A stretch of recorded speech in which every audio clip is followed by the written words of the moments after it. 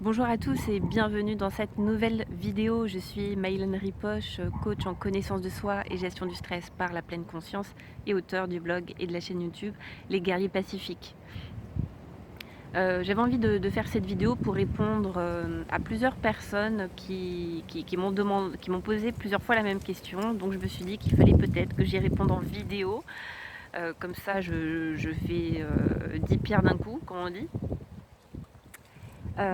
Et cette question, c'était que faire face au silence de quelqu'un.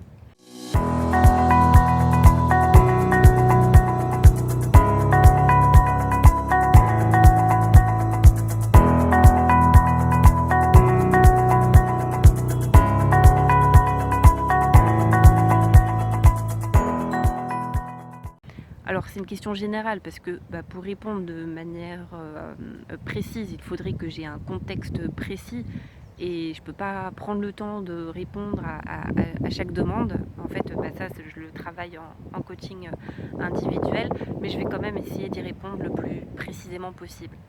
J'avais le cas notamment d'une personne qui là, a évoqué cette question plus par rapport à une séparation amoureuse, une relation amoureuse, et ça, donc la femme, la fille plutôt je pense, ne donnait plus de nouvelles. Donc il n'était même pas au courant qu'ils n'étaient plus ensemble officiellement. Donc il y a eu ce cas-là, et puis une autre personne qui m'a plus posé la question, alors là, de manière très générale, puisqu'elle me disait au niveau professionnel, amical, amoureux, comment on fait face au silence de quelqu'un.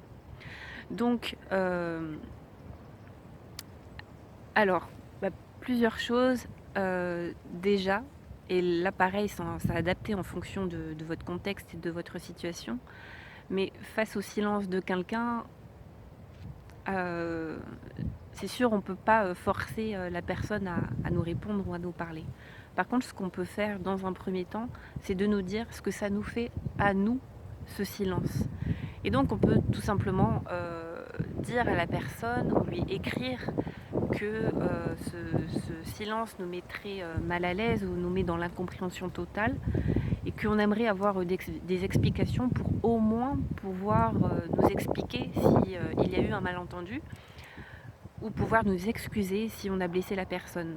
Et juste de dire à la personne finalement que ça nous rend triste et malheureux d'avoir ce silence en face, d'avoir un mur, et qu'on aimerait pouvoir nous expliquer, nous excuser, nous justifier si on a blessé la personne, ou en tout cas ouvrir le dialogue.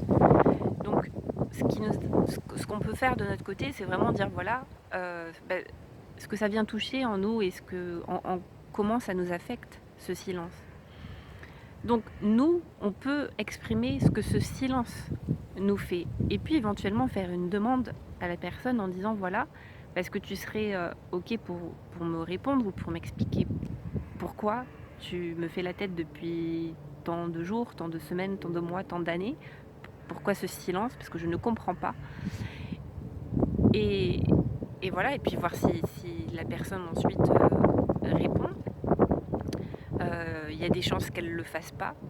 Et là, du coup, vous n'avez pas de pouvoir dessus, mais en tout cas, de votre côté, vous pouvez juste partager ce que ça vous fait. Voilà, qu'est-ce que je peux dire de plus par rapport au silence de quelqu'un?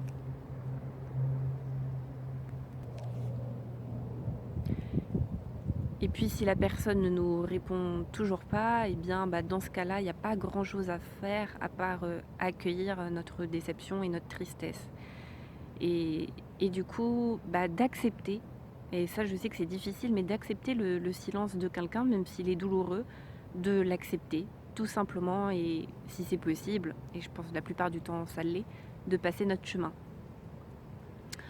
Dans les cas où c'est pas possible de passer notre chemin parce que c'est une personne peut-être avec qui on vit ou avec qui on travaille, j'avoue que là, il n'y a pas grand-chose à faire à part d'accueillir notre frustration, d'accueillir le silence de l'autre, le malaise. Et puis, si c'est trop douloureux, j'avais le témoignage de personnes qui me parlaient de colocation avec d'autres personnes avec qui ça se passait mal. Et les colocataires ignoraient l'autre personne. Et dans ce cas-là, je lui disais, je crois que le mieux, là, c'est que de déménager. Ça sert à rien de se confronter et de rester dans une situation qui est trop inconfortable pour nous et que des fois le mieux c'est de s'en aller en fait.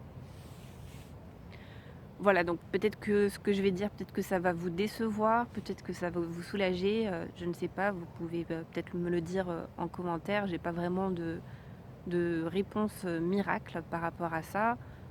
Juste une réponse à mon sens qui a du bon, qui a du bon sens.